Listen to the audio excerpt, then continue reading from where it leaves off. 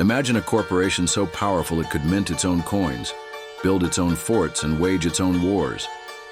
A company with a private army larger than most European nations and a fleet of ships that dwarfed any navy on Earth. This wasn't a futuristic dystopia. This was the Dutch East India Company, the Verenigde Oostindische Compagnie, or VOC.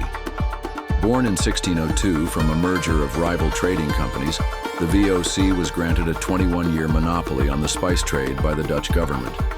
But it was more than a monopoly. It was a charter to build an empire.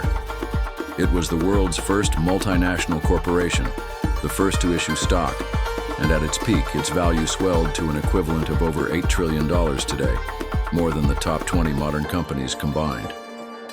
From its headquarters in Amsterdam, the VOC sent fleets of towering East Indiaman ships on perilous, year-long voyages to the other side of the world.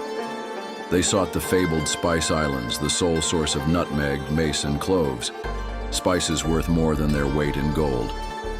The company established a sprawling network of trading posts and colonies, from the Cape of Good Hope in Africa to the shores of Japan. They didn't just trade, they conquered. They violently displaced the Portuguese, battled the English, and subjugated local rulers to enforce their absolute control. The Banda Islands, the world's only source of nutmeg, became a chilling example of their ruthlessness. To secure their monopoly, the VOC systematically slaughtered, starved, or enslaved nearly the entire native population, repopulating the islands with Dutch planters and slave labor. This brutal efficiency fueled unimaginable wealth. The Netherlands entered its golden age, and Amsterdam became the richest city on the planet, all built on the foundation of the VOC's global enterprise. But the seeds of its destruction were sown within its own success. The vast distances and slow communication made oversight impossible. Corruption became rampant.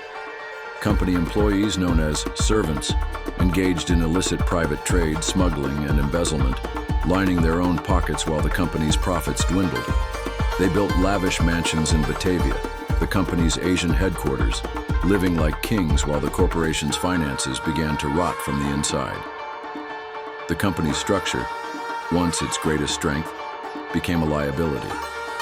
It was slow to adapt to changing markets and rising competition. The Fourth Anglo-Dutch War in the late 18th century was a devastating blow, shattering the VOC's naval power and disrupting its trade routes. Weighed down by staggering debt and crippled by corruption, the once invincible giant crumbled. In 1799, after nearly 2 centuries of dominance, the Dutch East India Company was officially dissolved. Its charter was revoked, and its territories and debts were absorbed by the Dutch state. The VOC was gone, but its legacy was profound.